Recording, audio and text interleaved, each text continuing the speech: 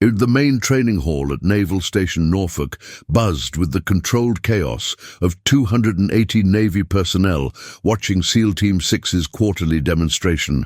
Boots clicked against polished floors as officers found their seats. Medals catching fluorescent light. Conversations mixing into a low rumble of military precision and masculine energy. Ezra Whitman moved through it all like a ghost. At 73, he pushed his mop bucket along the hall's perimeter with careful deliberation. His weathered hands trembling slightly as they gripped the handle, his custodial uniform hung loose on his diminished frame, and his grey hair stuck to his forehead despite the morning's coolness to the assembled warriors. He was invisible, just another piece of base infrastructure, as unremarkable as the fluorescent lights humming overhead. Commander Jake Torreson strode toward the demonstration platform, his SEAL trident gleaming on his dress uniform. At 35, he carried himself with the coiled confidence of a man who had earned his place among America's elite warriors through blood, sweat, and unwavering dedication. His steel blue eyes swept the room, acknowledging nods from fellow officers, absorbing the respect that followed him like cologne. Then he saw the obstruction. Ezra's mop bucket sat directly in his path to the platform, a yellow plastic barrier between the commander and his destination. Without breaking stride, Torreson's hand shot out, shoving the elderly janitor aside with casual force. Ezra stumbled, his frail legs betraying him as he crashed to the polished floor. His mop bucket overturned with a clatter that echoed through the suddenly quiet auditorium.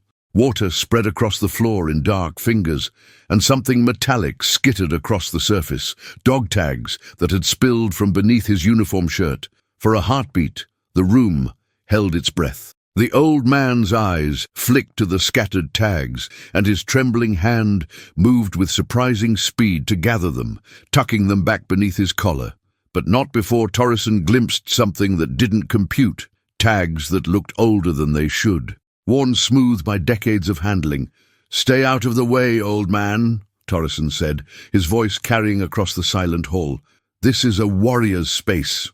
Ezra struggled to his knees, then to his feet, moving with the careful deliberation of someone whose body no longer obeyed without negotiation.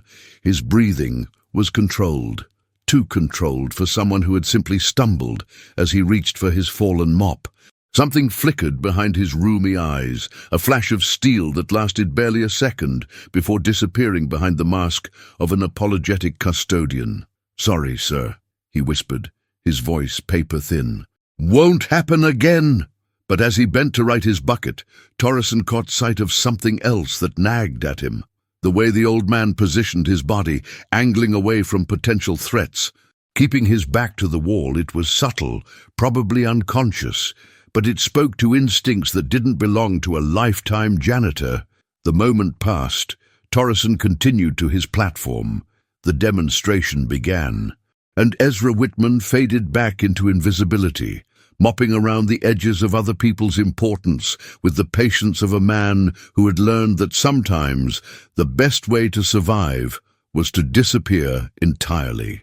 But in the scattered droplets of mop water on the polished floor, reflections caught the light like tears, and somewhere in the old man's careful movements lay the ghost of someone he used to be. The alarm clock's harsh buzzing cut through pre-dawn darkness at 0500 hours exactly. Ezra Whitman's eyes opened immediately. No gradual awakening, no moment of disorientation. Decades of conditioning had made the transition from sleep to alertness instantaneous. Though these days his body protested the military precision his mind still demanded, his small apartment reflected the same Spartan discipline. The bed was already made to hospital corners that would pass any inspection. Sheets pulled taut enough to bounce quarters. A single dresser stood against one wall, its surface bare except for a small analog clock and reading glasses folded with geometric precision. No photographs were visible. No personal touches that might reveal the man who lived here. but hidden things told different stories. In the bottom drawer of his dresser, wrapped in tissue paper yellowed with age, a purple heart rested in a shoebox alongside medals that most people never see outside of museums. A photograph, edges worn soft from handling, showed a submarine crew gathered on deck. 23 young men squinting against Arctic sunlight, their faces bright with the invincibility of youth. One face, barely recognizable beneath decades of weathering, belonged to the man now pulling on his custodial uniform. With hands that shook despite his best efforts, Ezra moved through his morning routine with methodical care. Shower temperature precisely regulated, shave with a straight razor, kept sharp enough to split hairs, breakfast consumed standing at his kitchen counter, black coffee and toast, no variations, no indulgences. He checked his custodial supplies with the same attention to detail he had once given to demolition charges, mop heads clean, disinfectant properly mixed, keys accounted for and arranged by function. At Naval Station Norfolk, he arrived before the gates officially opened, his beat-up Toyota Corolla pulling into the employee lot as security guards waved him through without really seeing him. He was part of the landscape now, as familiar and unremarkable as the flag that flew over the base headquarters. But watch him work, and inconsistencies emerged. He moved through the buildings with an efficiency that spoke to more than custodial experience. His route was tactical, always keeping emergency exits in sight, unconsciously positioning himself where he could see approaching personnel while maintaining escape routes. He noticed things others missed: a loose bolt on a security gate that could become a vulnerability, a pattern in personnel movements that suggested a gap in coverage, the way voices carried through ventilation systems that weren't supposed to be audible. When Petty Officer Mike Torres, barely 22 and still pink from basic training, struggled with a jammed equipment locker, Ezra appeared at his shoulder like smoke. "Try lifting while you turn," the old man suggested quietly. "Sometimes the hinges settle." Torres followed the advice, and the locker opened immediately. "Thanks, Mr. Whitman, you're a lifesaver." The phrase hung in the air between them, carrying weight Torres couldn't possibly understand. Ezra just nodded and moved on, pushing his cart with the quiet efficiency of someone who had learned that the best way to help was often to remain unseen. But in his careful movements, in the way he unconsciously checked corners and exits, in the knowledge that leaked through despite his best efforts to remain invisible, lay the ghost of someone who had once been very good at being seen when it mattered most.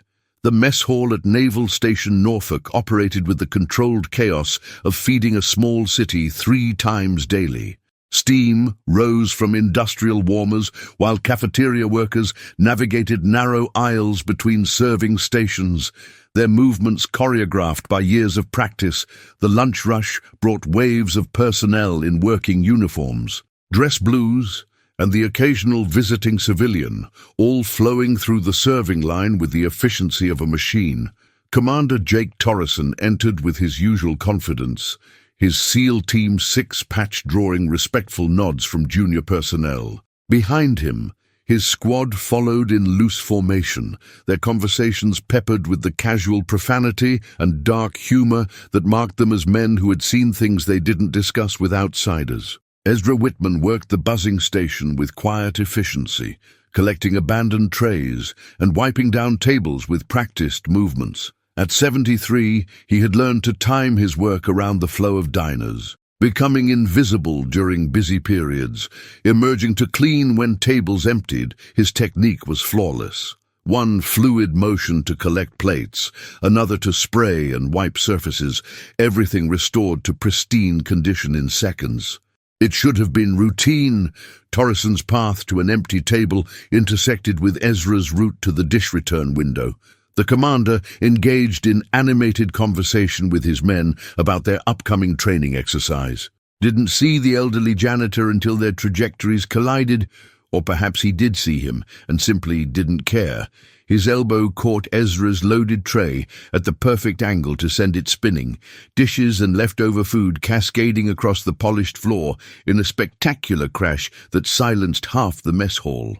Ezra stumbled, his legs tangling as he tried to avoid the falling debris, and went down hard, his hip striking the floor with an impact that those nearby could hear. The mess hall's background noise didn't quite stop, but it shifted, conversations becoming more subdued, utensil sounds more careful, as personnel processed what they had just witnessed. "Jesus Christ," Torreson said, loud enough for everyone to hear. "Watch where you're going, old man." From the floor, Ezra looked up with eyes that held something Torreson couldn't quite identify. Not anger. Anger would have been expected, even welcomed. This was something deeper, more controlled, like the stillness before a storm. For just a moment, the commander felt an unexpected chill, as if he had just poked something that was better left sleeping. But the moment passed. Ezra lowered his gaze and began collecting scattered dishes with hands that shook from more than just the fall. Around them, other personnel shifted uncomfortably, some moving to help but stopping when they caught sight of Torreson's expression, which made it clear that assistance would not be appreciated. "That's what happens when people don't know their place," Torreson continued, his voice carrying across the increasingly quiet room. "This is a military installation. Not a nursing home," his team laughed. Not the genuine laughter of shared humor, but the careful, calculated laughter of subordinates who understood which way the wind was blowing. Only Lieutenant Amy Foster remained silent, her expression troubled as she watched the elderly man carefully gather pieces of broken ceramic. Ezra worked methodically, placing each fragment in his collection bin with the same precision he brought to everything else. When he reached for a piece near Torreson's boot, the commander shifted his foot slightly, not quite kicking the shard away, but making it clear that he could. "Maybe it's time to retire, Pops," Torreson said quietly, his voice pitched for Ezra's ears alone, "before someone gets hurt." The old man paused in his cleaning, and for just a heartbeat, his fingers curled around a ceramic fragment with a grip that suggested familiarity with holding things that could cut. Then he released it into his bin and continued working, his movements betraying no emotion except the slight tremor that never quite left his hands. But Petty Officer Torres, watching from across the room, noticed something others missed. The way Ezra checked his 6 o'clock position before standing, the tactical assessment of exits and potential threats, the controlled breathing of someone managing pain that went deeper than a bruised hip. When Ezra finally stood and resumed his duties, pushing his cart toward the next table that needed cleaning, the mess hall's normal rhythm gradually returned, but something had shifted. A line had been crossed, and in the careful space between what was said and what was understood, battle lines were being drawn. Torreson returned to his meal, already dismissing the incident as inconsequential, but in doing so, he missed the way certain junior officers watched him with new eyes, and he completely failed to notice the way Ezra Whitman moved through the rest of his shift, still invisible, still efficient, but carrying himself with the ghost of a bearing that belonged to someone very different from a minimum-wage custodian. Intelligence Officer Sarah Chen had always been good at noticing things others missed. It was what made her valuable to naval intelligence. This ability to spot patterns in chaos, to find the signal hidden in endless noise. But it was also what made her nights difficult, her mind continuing to process information long after her official shift ended, connecting dots that might not need connecting from her second-floor office window. She had a perfect view of the base's central courtyard, where personnel moved between buildings in predictable patterns throughout the day. She had learned to read the rhythm of the place. Morning formation, training rotations, meal times, evening wind down. It was like watching a complex piece of machinery operate, all moving parts synchronized to serve a larger purpose, which is why Ezra Whitman's movement patterns caught her attention. At first, it was just a nagging sense that something was off. The elderly janitor appeared in her peripheral vision with mechanical regularity, but his roots were unusual, too efficient, too tactical. Normal custodial staff moved in predictable patterns, dictated by building layouts and scheduling requirements. Ezra moved like someone conducting surveillance. Sarah began keeping a log, noting his appearances. Timing his circuits, what she discovered made her uncomfortable. The old man's cleaning schedule was perfectly choreographed to provide visual coverage of every sensitive area on the base, loading docks during delivery windows, communications building during shift changes, administrative offices when classified briefings were scheduled. It could be coincidence. It probably was coincidence. But Sarah Chen hadn't built her career on assuming probably. The breakthrough came during the mess hall incident. She'd been returning from lunch when Torreson's loud voice drew her attention. Through the mess hall's glass doors, she watched the confrontation unfold. The scattered dishes, the elderly janitor on the floor, the commander's casual cruelty. Like everyone else, she felt uncomfortable witnessing such obvious abuse of power. But unlike everyone else, she was trained to observe behavioral details. When Ezra fell, his body's reaction was wrong. Instead of the awkward flailing she would expect from someone his age, his fall was controlled. A tactical breakfall that minimized injury while maintaining situational awareness. As he gathered the scattered dishes, his positioning was textbook defensive. Back to the wall, eyes on potential threats, body angled to move in multiple directions. Most telling of all was his grip on the ceramic fragments. For just a moment, his fingers curled around one sharp piece with the familiarity of someone who had held weapons, who understood that anything could become a tool if circumstances required it. Sarah felt her pulse quicken as she processed what she was seeing. This wasn't an elderly custodian being bullied by an aggressive officer. This was someone with combat training allowing himself to be bullied, which raised the uncomfortable question, why? That evening, she accessed Ezra's personnel file from her secure terminal. What she found was remarkably unremarkable. Standard background check, clean employment history, references from previous custodial positions. But the timeline bothered her. Large gaps in employment history, periods where his location was unaccounted for, previous addresses that were oddly generic. She dug deeper, accessing databases that required higher clearance levels.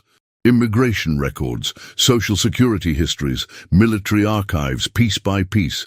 A different picture began emerging. Ezra Whitman existed in official records, but barely, as if someone had created just enough documentation to pass casual inspection without providing any real substance. The name triggered something in her memory. She accessed Cold War-era archives, searching for personnel records from Naval Special Operations. Most files were still classified, but some details had been declassified in recent years as aging operations lost their sensitivity. She found references to something called Ghost Walker, not a person, a call sign mentioned in operational summaries from the 1970s and early 1980s, underwater demolition specialist, Arctic operations. Soviet naval infiltration, mission success rate 100%, casualties caused during 23 confirmed operations, 0, real name, classified, current status, classified, medical discharge. 1982, following submarine decompression accident resulting in permanent nerve damage, Sarah stared at her screen, pieces clicking into place with an almost audible snap. The trembling hands weren't just age, they were nerve damage from decompression sickness. The tactical movement wasn't paranoia. It was decades of ingrained survival instincts. The careful invisibility wasn't humility. It was operational security, maintained long after the operations had ended. But she needed proof, something concrete to verify what seemed impossible, that Naval Station Norfolk's most ignored employee was actually one of the most decorated underwater operatives in Navy history. The answer came the next morning, when she witnessed another confrontation between Torreson and the old man. This time, she was ready with a telephoto lens, capturing high-resolution images as Ezra rolled up his sleeves to clean up spilled maintenance fluid. There, on his left forearm, was a scar she recognized from classified mission photographs, 3 lines intersecting in a distinctive pattern, a trident shape burned into flesh during a submarine fire in Soviet waters. Documented in a mission report from 1978 that she had read just hours earlier, Sarah Chen sat back in her chair, understanding that she had just identified a living legend who was being treated like trash by someone who couldn't shine his boots. Now she had to decide what to do about it. Captain Maria Rodriguez had seen Sarah Chen anxious before, but never like this. The young intelligence officer sat across from her desk, fidgeting with classified folders. Her usual professional composure replaced by something that looked suspiciously like barely contained excitement mixed with disbelief. "Ma'am, I need to access Sublant archives from 1975 to 1985, Sarah said without preamble. Specifically, records related to underwater demolition operations in Arctic waters. Rodriguez raised an eyebrow. That's some serious classification level, Chen. What's this about? Sarah hesitated, then slid a photograph across the desk. It showed an elderly man in custodial uniform, rolling up his sleeve to reveal a distinctive scar on his forearm. 3 intersecting lines forming what looked like a trident, burned into flesh. "I think we have a problem, Ma'am. Or maybe an opportunity. I'm not sure which yet."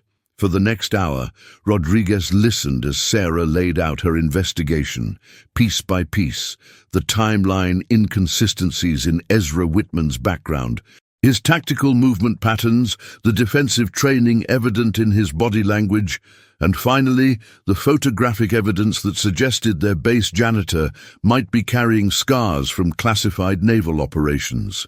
"You're telling me," Rodriguez said slowly, "that you think our custodial staff includes a Cold War-era special operations asset?" "I think it's worse than that, ma'am. I think he's Ghostwalker."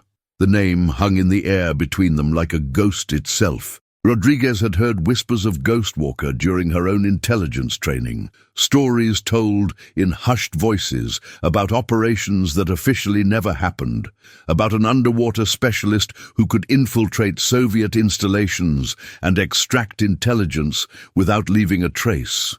Most officers assumed the stories were mythology, Navy folklore, designed to inspire new generations of special operators, but the files Sarah had compiled suggested otherwise. Working together, they accessed increasingly classified databases, each level requiring additional authentication and justification. What they found painted a picture of a career that belonged in a museum of naval warfare. Chief Petty Officer Ezra Whitman, call sign. Ghostwalker, 23 confirmed underwater infiltration missions between 1975 and 1982, 3 Navy Crosses, Purple Heart, Congressional Medal of Honor, classified never publicly presented due to operational security requirements, medical discharge following decompression accident during Operation Arctic Shield in 1982, permanent nerve damage to hands and arms, subsequent employment history, scattered custodial positions under assumed identities, location changed every few years for security reasons. Current assignment, Naval Station Norfolk, custodial staff, security clearance revoked following medical discharge, official status, civilian employee. No special privileges or recognition. Jesus Christ, Rodriguez whispered, scrolling through mission summaries that read like fiction. He prevented a nuclear incident in Murmansk harbor, alone, with equipment that weighed more than he did. Sarah leaned forward. And now, Commander Torreson is using him as entertainment for his SEAL team, ma'am. We have a Congressional Medal of Honor recipient being humiliated by officers who don't know that he's accomplished more in one mission than most of them will in their entire careers. Rodriguez closed the files, her expression troubled. This is complicated. His records are classified for good reasons. Revealing his identity could compromise operations that are still sensitive, even 40 years later. But we can't just let this continue. It's not right. No, Rodriguez agreed. It's not right. She paused, considering options. But this isn't our decision to make. Something like this goes way above our pay grade. She reached for her secure phone. dialing a number that required clearance she rarely used. When the call connected, she spoke carefully, using coded language that wouldn't reveal specifics over an open line. "This is Captain Rodriguez. Naval Intelligence, Norfolk. I need to speak with Admiral Hartwell immediately. Tell her we've identified a legacy asset who requires executive attention." The response came faster than expected. Admiral Rebecca Hartwell would arrive at Norfolk within 12 hours for an unscheduled inspection. No advance preparation required, no official agenda, just a flag officer making an unexpected visit to review base operations. Sarah looked confused. "Ma'am, how did you know Admiral Hartwell would respond so quickly to something like this?" Rodriguez smiled grimly. "Because Chen, Admiral Hartwell's father, served on the USS Nautilus during the Cold War. And if our ghost walker is who we think he is, she's about to come face to face with the man who saved her father's life." Outside, rain began falling on Naval Station Norfolk, each drop carrying the weight of approaching change. In his small apartment, Ezra Whitman slept the restless sleep of someone who had learned that peace was always temporary, always subject to forces beyond his control. But he was about to discover that some forces, when they finally arrived, came bearing justice instead of destruction. Admiral Rebecca Hartwell's arrival at Naval Station Norfolk was everything an unscheduled flag officer inspection should be. Swift, decisive, and accompanied by just enough uncertainty to keep everyone on their toes. Her aide-de-camp, a sharp-eyed commander who seemed to catalogue everything he saw, handled the logistics while the Admiral herself moved through the base with the focused intensity of someone on a specific mission. Base Commander Captain Williams scrambled to accommodate the unexpected visit, assembling his senior staff and trying to anticipate what might have drawn a two-star admiral to their relatively quiet installation. His best guess involved the recent joint training exercises, or perhaps budget allocations. But something about Admiral Hartwell's demeanor suggested a more personal agenda. "Sir," she said without preamble, settling into the conference room chair that Williams had hastily arranged for her, "I need to speak with Chief Petty Officer Whitman immediately." Williams exchanged confused glances with his executive officer. "Ma'am, we don't have a Chief Petty Officer Whitman on our roster. Could you mean—" "Ezra Whitman," Admiral Hartwell clarified. "He should be listed as custodial staff." The silence that followed was profound. Williams felt the bottom drop out of his stomach as he processed what he was hearing. A two-star admiral had traveled to his base to speak with their janitor. About what, he couldn't imagine. But nothing about this scenario suggested it would end well for his command. 20 minutes later, Ezra Whitman stood in the base commander's conference room, still wearing his custodial uniform, still carrying the smell of industrial disinfectant, looking smaller and more fragile than ever in the presence of so much brass. Admiral Hartwell had dismissed everyone except her aide, creating a privacy that felt oddly ceremonial. For a long moment, the Admiral simply looked at him, her expression unreadable. Ezra kept his eyes fixed on a point on the wall behind her, maintaining the posture of a subordinate employee being called to account for some unknown transgression. "Look at me, Chief," she said quietly. The word hit him like a physical blow. Chief. No one had called him that in over 20 years. His eyes snapped to hers, and she saw the moment he understood that his cover was blown, that someone had identified the ghost he had worked so hard to remain. "There he is," she said with satisfaction. "I was beginning to think Ghost Walker had disappeared entirely." Ezra's composure cracked for just a moment, decades of carefully maintained invisibility fracturing under the weight of being truly seen. His hands began trembling more violently, but not from nerve damage, from the emotion he had suppressed for so long that feeling it again was physically painful. "Ma'am," he managed, his voice barely above a whisper. "I don't know what you've been told, but I've been told," Admiral Hartwell interrupted gently, "that the man who saved my father's life has been emptying trash cans for minimum wage while being harassed by officers who couldn't navigate half the operations you completed before breakfast." She moved to stand beside him. close enough that her next words were meant for his ears alone. US Nautilus, November 1978, Arctic waters, 800 feet down, reactor coolant leak threatening core breach. My father was Lieutenant Commander Robert Hartwell. Engineering officer, you went into that reactor compartment when no one else could, sealed the breach, and saved 127 lives. Ezra's breathing became irregular as memories he had buried tried to surface. The crushing cold of Arctic water, the taste of fear and determination, the weight of knowing that failure meant not just his own death, but the death of everyone on that submarine. You were 19 years old, Admiral Hartwell continued. 19, and you went into a flooded reactor compartment that was registering radiation levels that should have been instantly fatal. My father wrote in his personal log that watching you work was like watching death itself refuse to take someone who still had work to do. Mom, that was a long time ago, Ezra said, but his voice carried the weight of someone who remembered every detail with crystalline clarity. Not for me, she replied. I've carried that story my entire career. My father told me that the Navy's greatest heroes aren't always the ones with the biggest medals or the most publicity.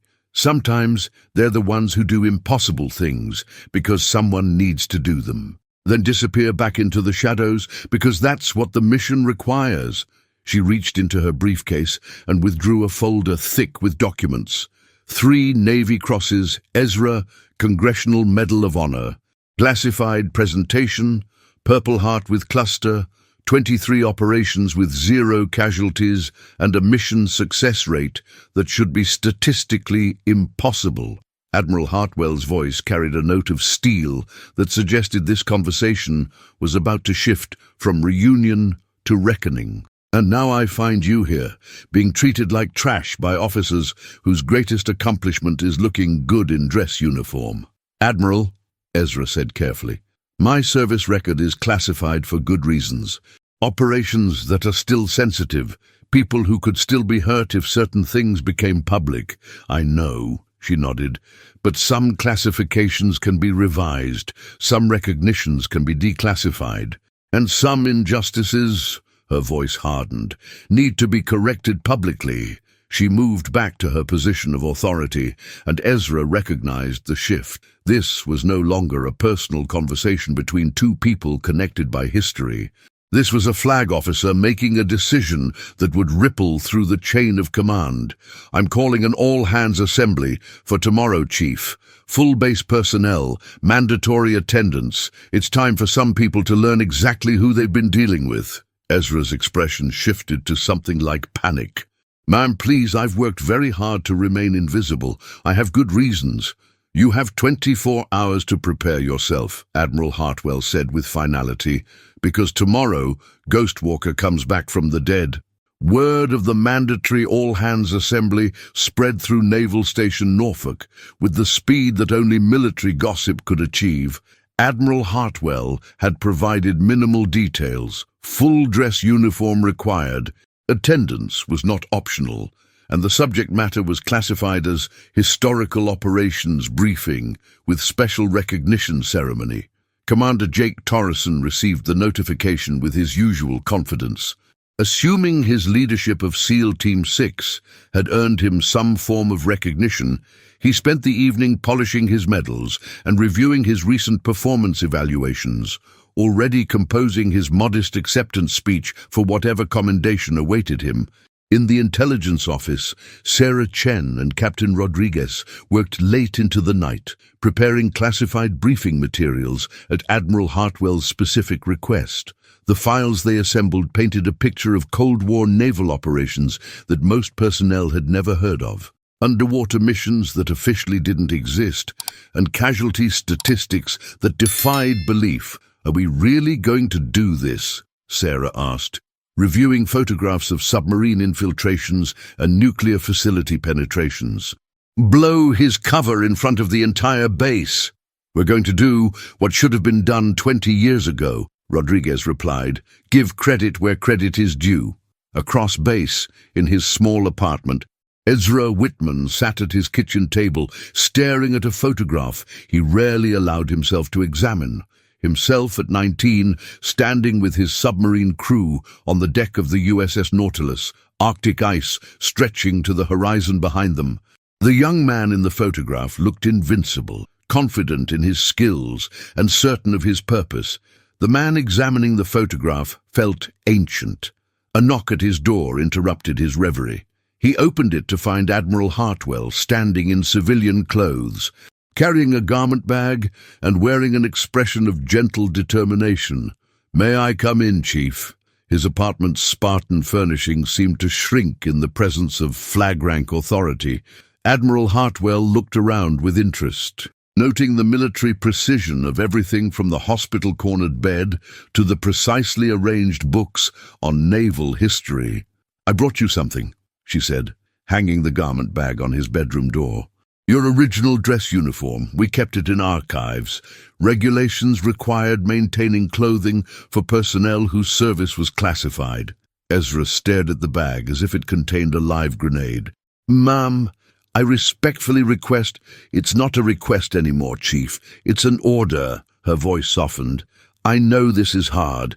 I know you've built a life around being invisible, but some debts can only be paid in public." She moved to his kitchen window, looking out at the base lights twinkling in the darkness. "Do you know what happened to my father after the Nautilus incident?" Ezra shook his head. He never forgot what he witnessed in that reactor compartment. A 19-year-old kid refusing to let 127 men die on his watch. It changed how he looked at courage, at duty, at what real heroism looks like. He made captain, then admiral, and every single promotion was motivated by trying to live up to the standard you set that day. She turned back to him. "He told me that story when I was 8 years old, struggling with a math test. He said, 'Rebecca, somewhere there's a young sailor who did impossible things because someone needed to do them. Your math test isn't impossible.'" Admiral Hartwell's voice grew thick with emotion. "Every challenge I faced in my career, every moment when I wanted to quit, I thought about Ghostwalker, the sailor who went into a reactor compartment that should have killed him because 127 people needed him to try." She opened the garment bag, revealing a dress uniform with ribbons and medals that told a story most people would never believe. "Tomorrow, those 127 people's children and grandchildren get to see what a real hero looks like. And a certain SEAL commander gets to learn what happens when you disrespect someone who earned his place in history." Ezra touched one of the medal ribbons, the Purple Heart he had earned when decompression sickness nearly killed him. "I don't know if I can do this, Admiral. It's been so long since I was that person." "Chief," she said gently, "you never stopped being that person. You just learned to hide him tomorrow. It's time to let him show." After she left, Ezra stood in front of his bathroom mirror, holding his dress uniform, seeing both the young sailor he had been and the old man he had become. In the morning, he would have to decide which one would walk into that assembly hall. But tonight, for the first time in decades, he allowed himself to remember what it felt like to be proud of who he was. The main auditorium at Naval Station Norfolk had never held 280 people in such perfect silence. Every seat was filled, with additional personnel standing along the walls in formation that spoke to the military precision Admiral Hartwell commanded. Officers sat in order of rank, enlisted personnel filled the middle sections, and civilian contractors occupied the rear, all unified by the uncertainty that came with mandatory assemblies called by flag officers. Commander Jake Torreson sat in the second row, his SEAL Team 6 patch prominently displayed. His demeanor confident despite the unusual circumstances.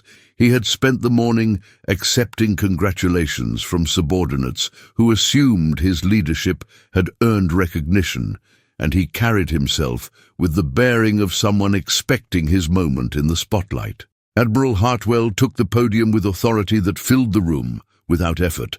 Behind her, a large screen displayed the official seal of Naval Special Operations, lending weight to whatever revelations were about to unfold. "Ladies and gentlemen, Today, we gather to discuss historical operations that have remained classified for nearly 40 years. Operations that prevented nuclear catastrophes, saved American lives, and demonstrated the kind of courage that defines our Navy's highest traditions. She clicked a remote, and the screen shifted to display a map of Arctic waters during the height of the Cold War. Red markers indicated Soviet naval installations, while blue lines showed infiltration routes that seemed to weave through impossible geography. Between 1975 and 1982, Naval Special Operations conducted 23 classified missions in waters controlled by hostile forces.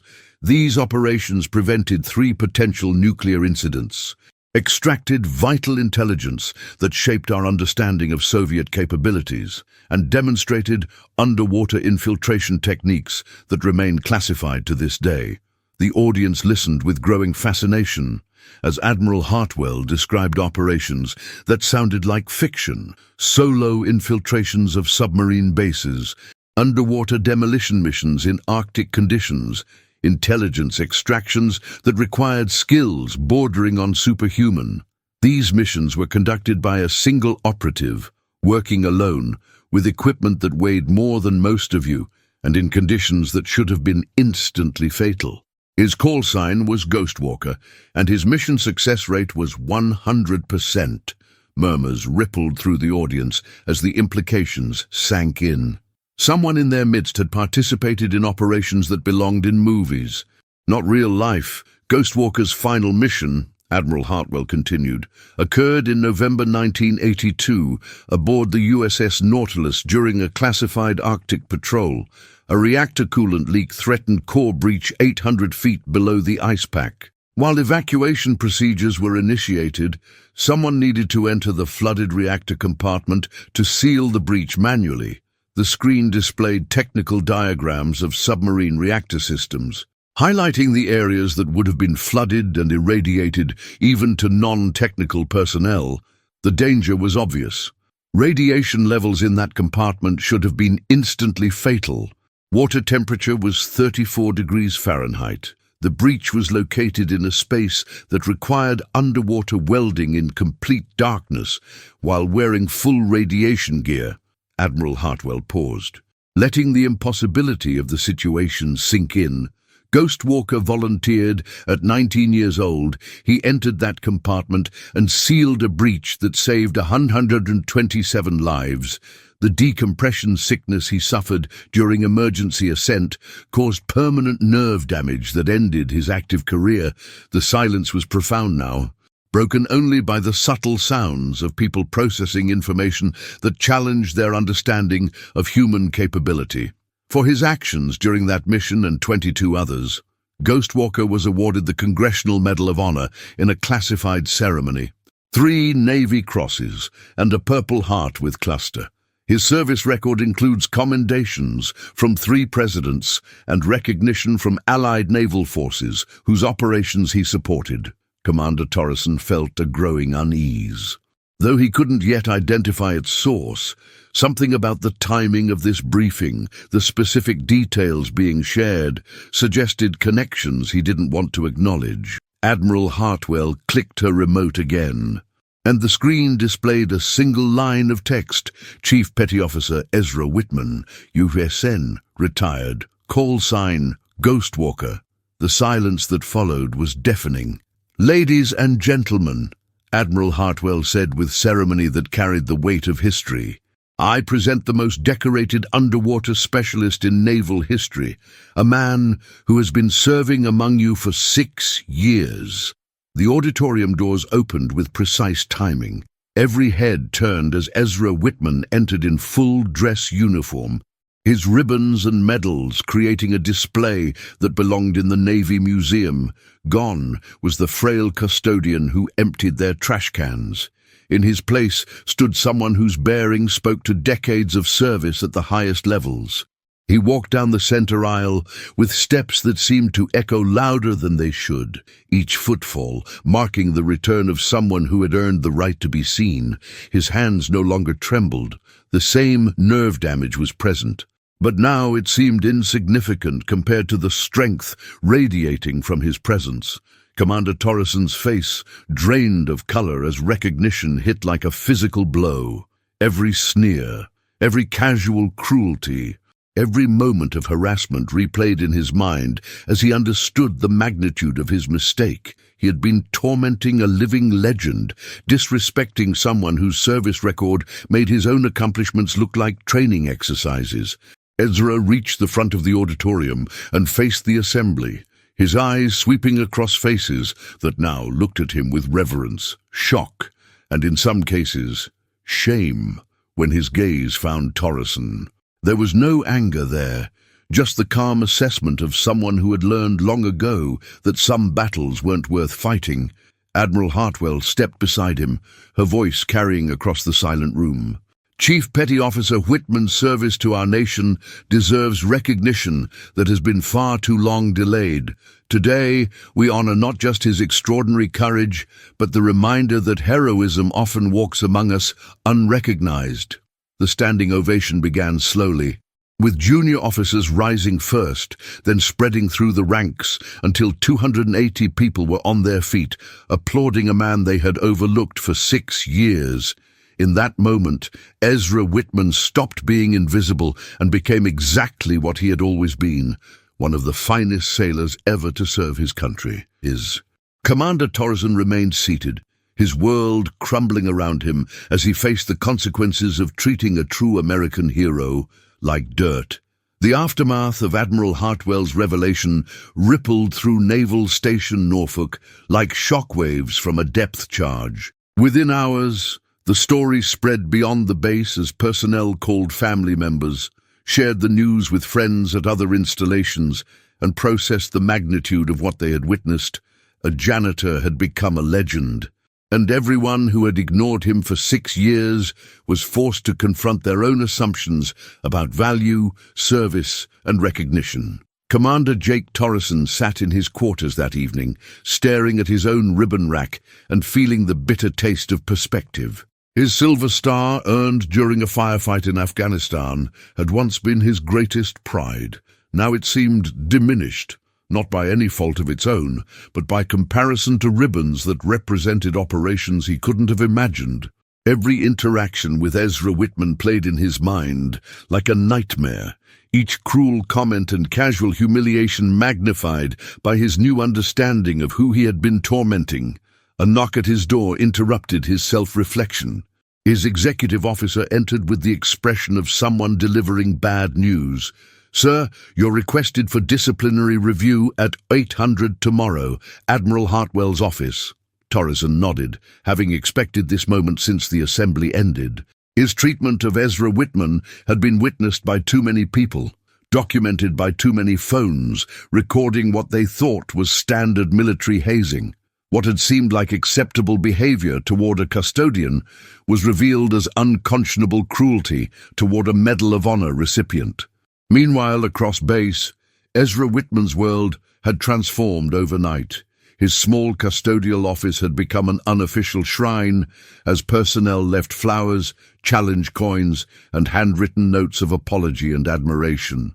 Petty Officer Torres had been among the first to visit, tears in his eyes as he apologized for not standing up for someone he now understood deserved his protection.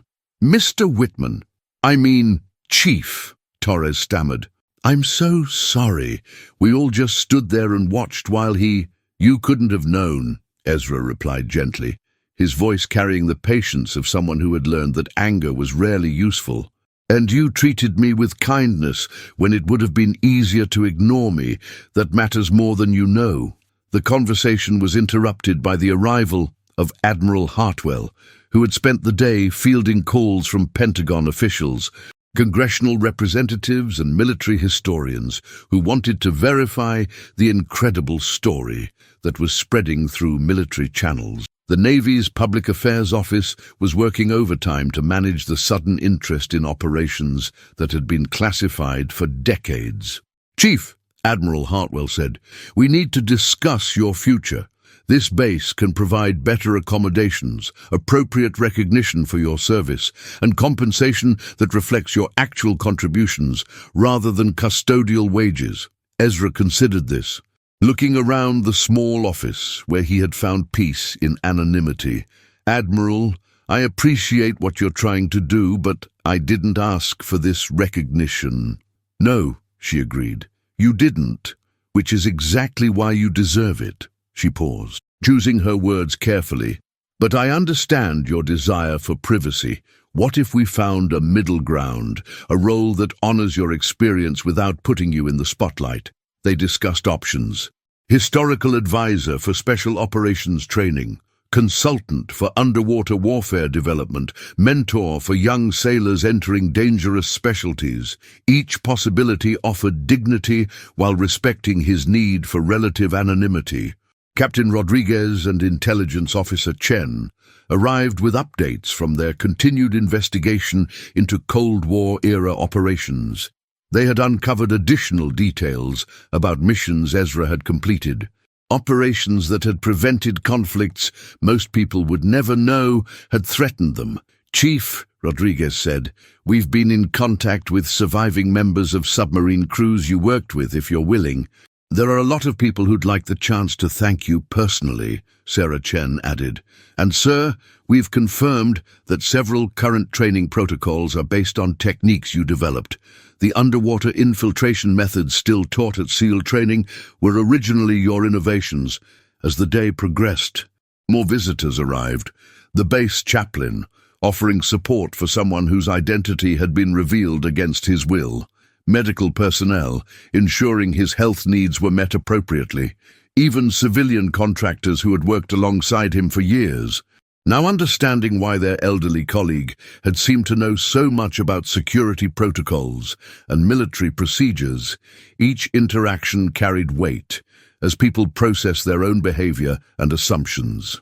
Some felt guilt for overlooking someone whose service dwarfed their own. Others felt inspired by the reminder that heroism rarely announced itself. Everyone felt changed by the understanding that extraordinary people often chose ordinary lives, serving in ways that didn't require recognition.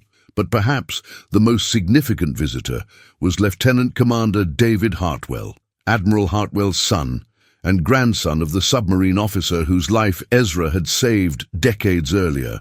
"Chief Whitman," he said formally, "I wanted you to know that our family has carried your story for 2 generations.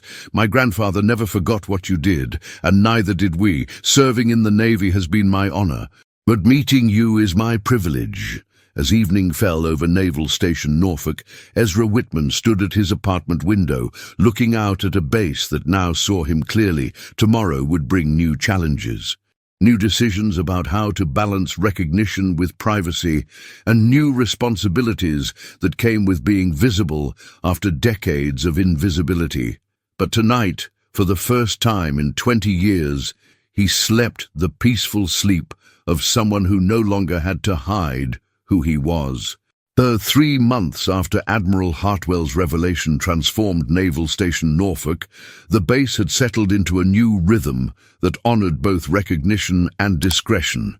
The Ezra Whitman Memorial Room occupied a prominent space in the base headquarters, displaying artifacts from Cold War underwater operations alongside educational materials about naval special warfare. But the room's centerpiece wasn't memorabilia. It was a simple desk, where Ezra himself worked 3 days a week as historical operations advisor. The transformation had been gradual but profound. Young sailors seeking guidance found their way to his office, drawn by stories of someone who had faced impossible situations and survived through skill, courage, and determination. He shared technical knowledge that couldn't be found in manuals, tactical insights that only came from experience, and most importantly, perspective on what real service looked like. Petty Officer Torres had become a regular visitor. His guilt over not defending Ezra transformed into determination to learn from him. Under the old man's guidance, Torres was developing into the kind of sailor who understood that strength meant protecting those who couldn't protect themselves. "Chief!" Torres said during one afternoon visit. "I keep thinking about all those months you worked here while we ignored you. How did you stand it?" Ezra looked up from the training manual he was reviewing, his hands steadier now that the weight of secrecy had been lifted. "Mike, I learned a long time ago that dignity doesn't come from what others think of you. It comes from knowing who you are and what you've done. Regardless of whether anyone else sees it, the broader Navy had taken notice of Norfolk's unique situation.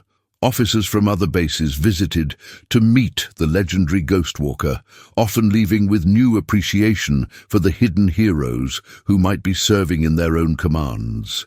The Chief of Naval Operations had personally called to thank Ezra for his service and to ensure he was receiving appropriate recognition and benefits. But perhaps the most meaningful change involved the base's approach to personnel interaction. Admiral Hartwell had instituted new protocols requiring officers to learn about support staff, to understand their backgrounds, and treat them with appropriate dignity. The Whitman Protocol, as it became known, was being adopted at bases throughout the Navy. Commander Jake Torreson's career had not survived his exposure. Following disciplinary review, he was relieved of command and transferred to a desk job where his interactions with personnel were severely limited. His fall from grace served as a powerful reminder that leadership meant protecting those under your command, not abusing them. On this particular afternoon, a different kind of visitor arrived at Ezra's office. Admiral Hartwell entered with a young woman in civilian clothes whose resemblance to her was unmistakable. "Chief, I'd like you to meet my daughter, Lieutenant Jennifer Hartwell. She's following family tradition into the submarine service." The young officer's eyes held the same intensity as her mother's, but also something else, the eagerness of someone about to embark on a career shaped by stories of excellence. "Chief Whitman, it's an honor to meet you. My family's told your story so many times. I feel like I've known you my whole life." Ezra smiled, remembering another young officer decades ago, her grandfather, standing on the deck of the USS Nautilus with gratitude and determination in his eyes. "Lieutenant, your grandfather was a fine officer who understood that every sailor on his boat deserved his protection. That's a lesson worth carrying forward."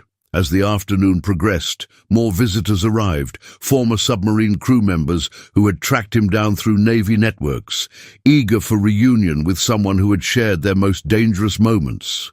Historians documenting Cold War operations, seeking first-hand accounts from someone who had lived them, even family members of sailors whose lives he had saved, carrying messages of gratitude that had waited decades for delivery. But the most significant visit came from an unexpected source. A young janitor, recently hired to help maintain the base, approached Ezra's office with obvious nervousness.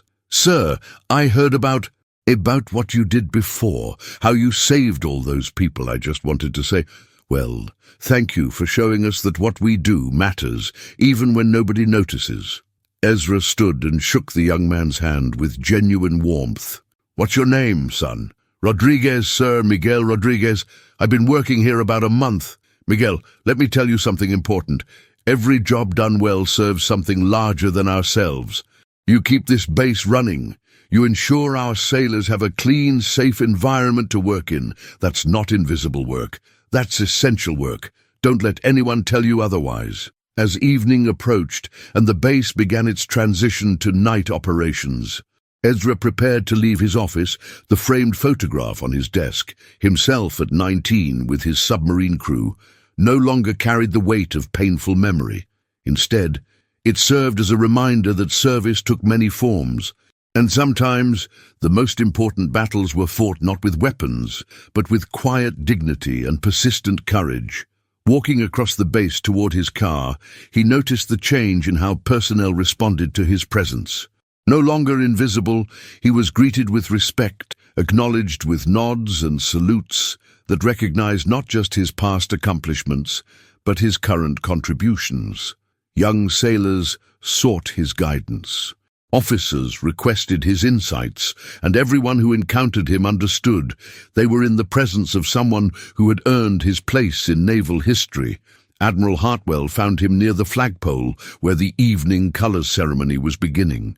Together, they watched as the flag was lowered with the precision and ceremony that marked the end of another day of service. "Any regrets about coming out of the shadows, Chief?" she asked. Ezra considered the question. Watching young sailors perform duties that continued traditions he had helped protect.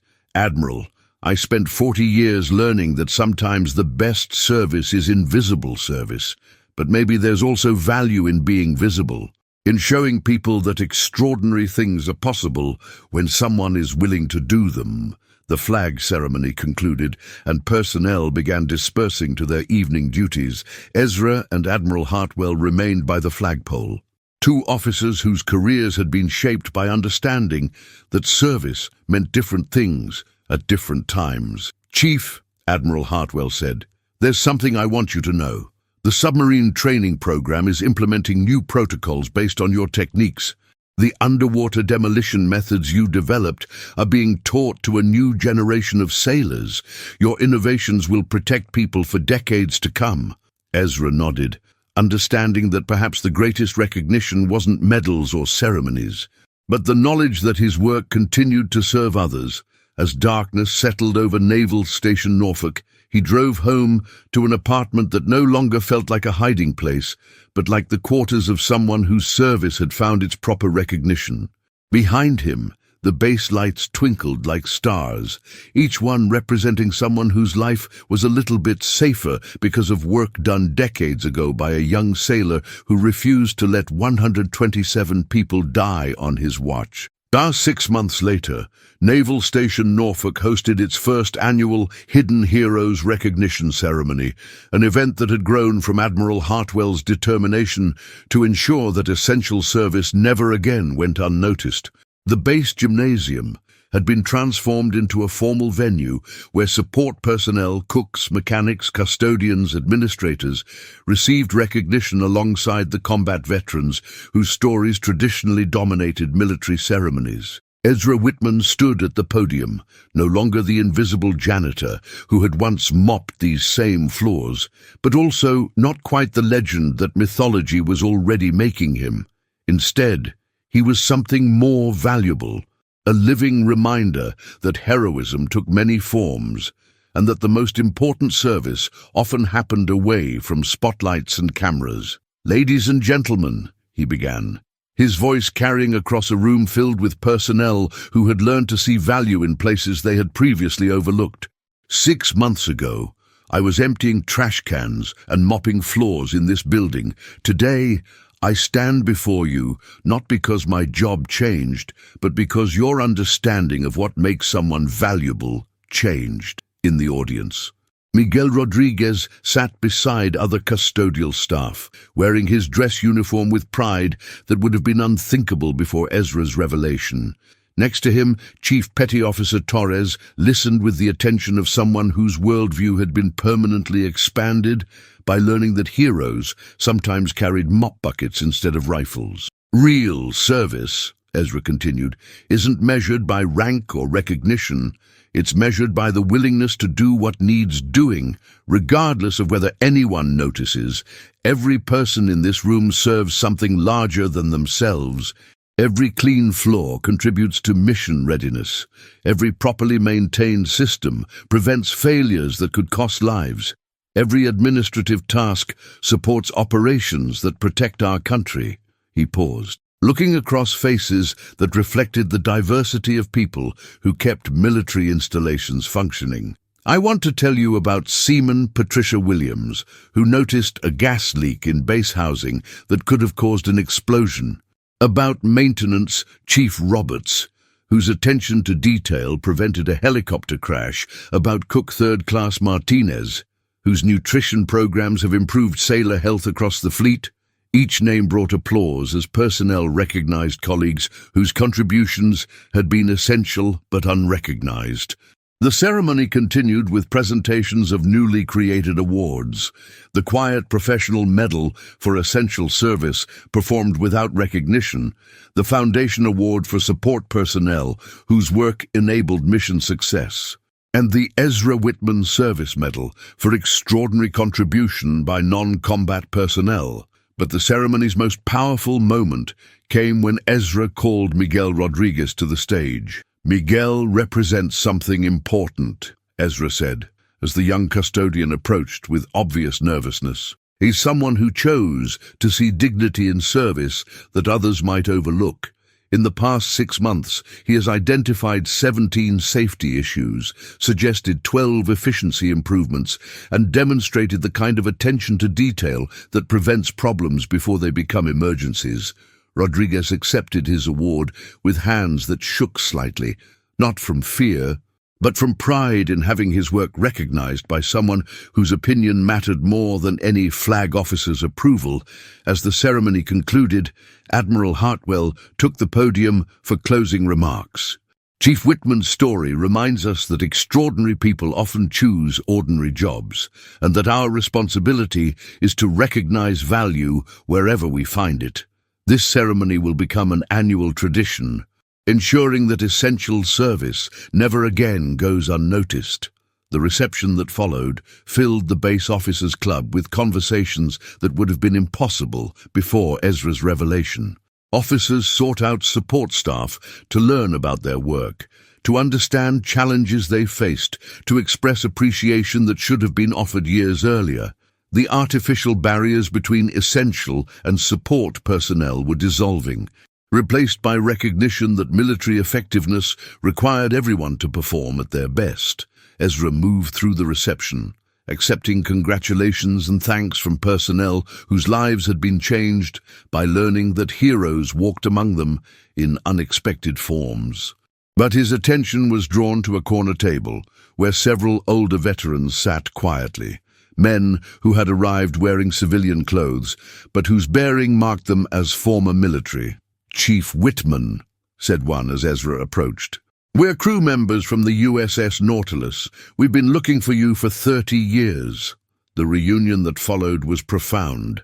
Men in their 60s and 70s, their hair grey and their faces lined with decades of living, embracing someone who had saved their lives when they were young sailors facing impossible circumstances.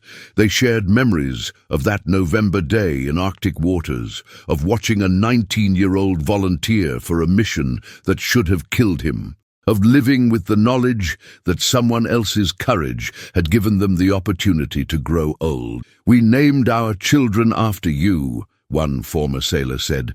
"We told our grandchildren stories about Ghostwalker. We wanted them to understand what real courage looked like." As the evening progressed, Admiral Hartwell announced the establishment of the Whitman Institute for Military Service Recognition, a program that would identify and honor essential service throughout the Navy.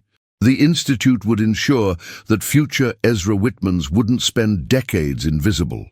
That extraordinary service would be recognized regardless of rank or specialty, but perhaps the most meaningful development was the announcement that Naval Station Norfolk would host the first annual conference on hidden military contributions, bringing together historians, personnel specialists, and support staff to document and celebrate the essential work that enabled military success. Stories that had never been told would finally find their audience, and people whose service had been overlooked would receive the recognition they deserved. As the reception wound down, Ezra found himself alone with Admiral Hartwell near the memorial wall that honored sailors lost in service. The addition of a new plaque caught his attention. A simple inscription that read, "To those who serve in shadows, whose courage goes unrecognized, whose sacrifice enables others' glory, your country knows your worth." "Chief," Admiral Hartwell said, "what you've accomplished here goes beyond personal recognition. You've changed how this entire base thinks about value and service. That's a legacy that will last long after we're all gone." Ezra nodded, understanding that his greatest mission might not have been the underwater operations that earned him medals. But the demonstration that ordinary work performed with extraordinary dedication deserved extraordinary respect.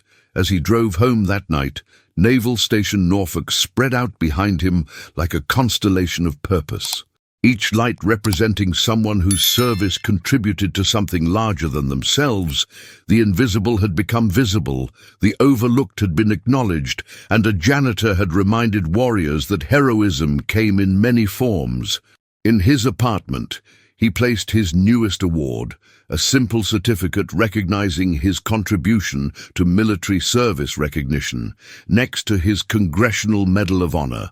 Both represented service to country, both honored dedication to something larger than self, and both reminded him that the most important battles were often fought not with weapons, but with the quiet courage to do what needed doing. Regardless of whether anyone noticed, the ghost had finally stepped into the light, and the light revealed that true heroes had been walking among them all along. Would you like another story?